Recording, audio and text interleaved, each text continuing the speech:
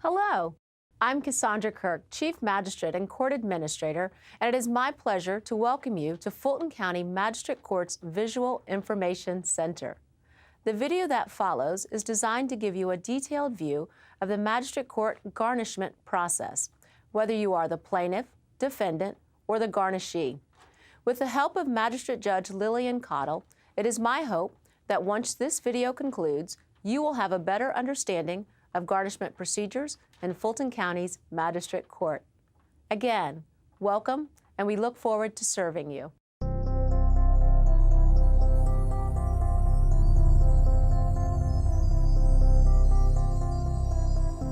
Welcome to the Fulton County Magistrate Court.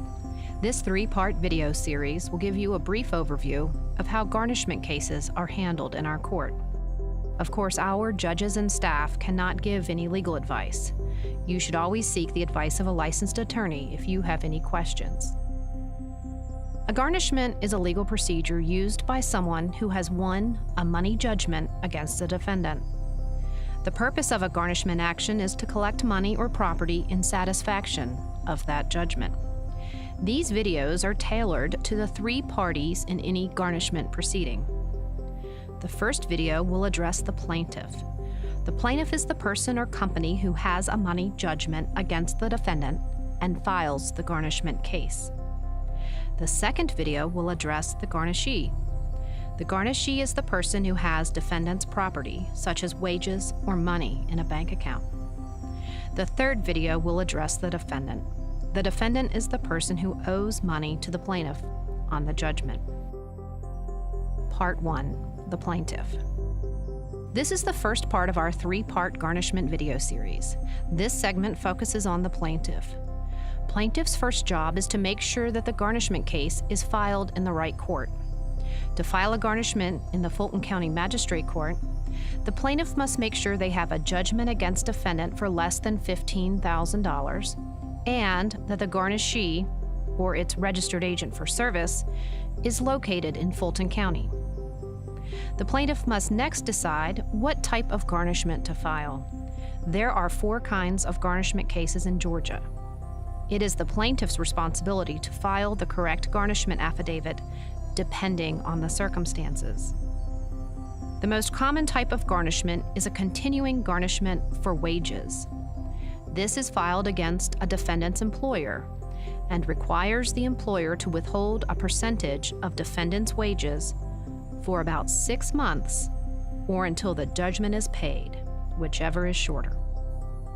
The second most common type of garnishment is a garnishment on a financial institution.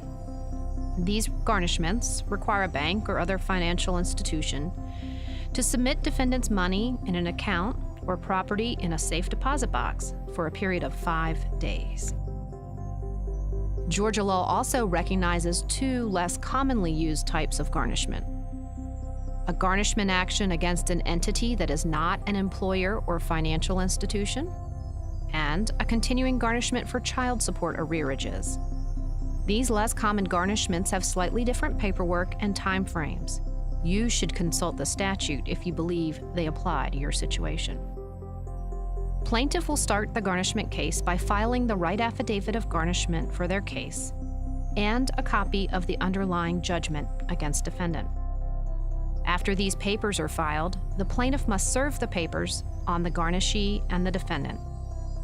The requirements for service are spelled out in Georgia law 18-4-8. Please read this code section to make sure you understand what is required. If you do not follow the law's requirements, your garnishment case could be dismissed. Generally speaking, the law requires the plaintiff to deliver 4 documents to the garnishee and the defendant.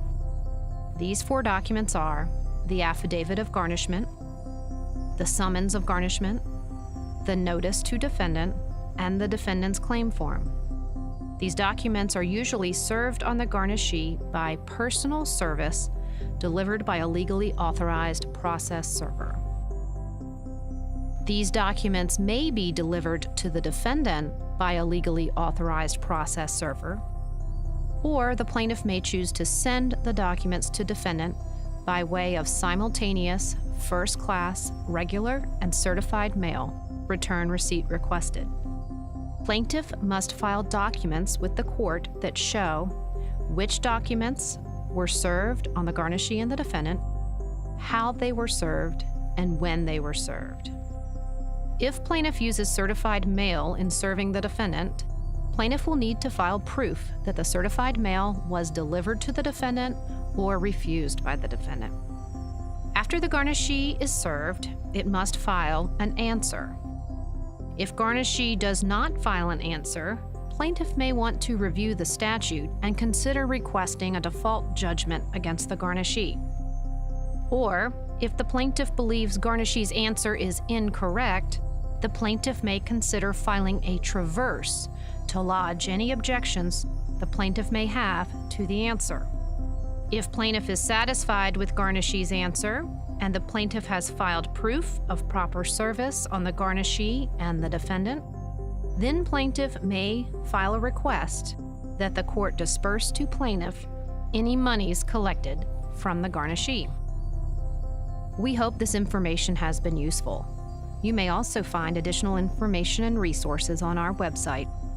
If you have any questions, please seek the advice of a licensed attorney.